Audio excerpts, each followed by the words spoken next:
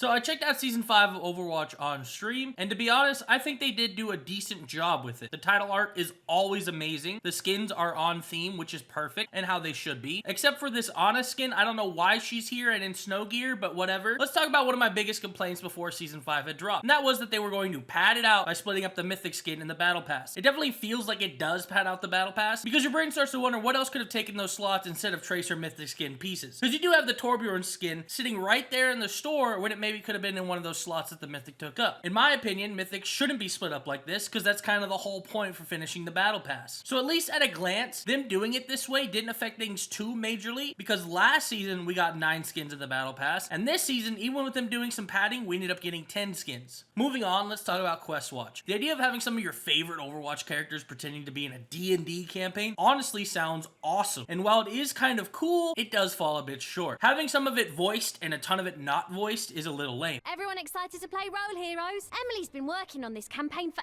ages. Do you have your characters ready? It gets to the point where the characters are just kind of grunting at each other.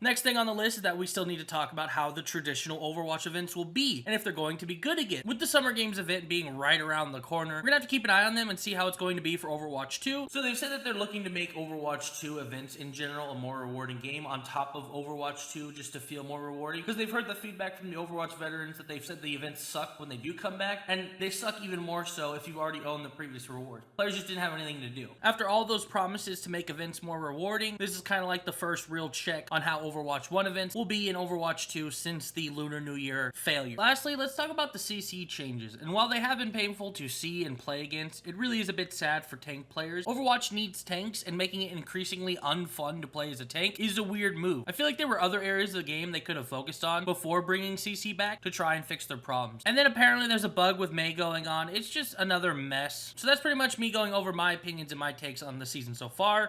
It's doing exactly what it's supposed to. This isn't going to be the most amazing season of Overwatch ever, and there are some decent things about it, but this season is just a buffer season. Everyone's kind of just waiting around until the next season where we can at least get to a portion of the content that everyone's been waiting for.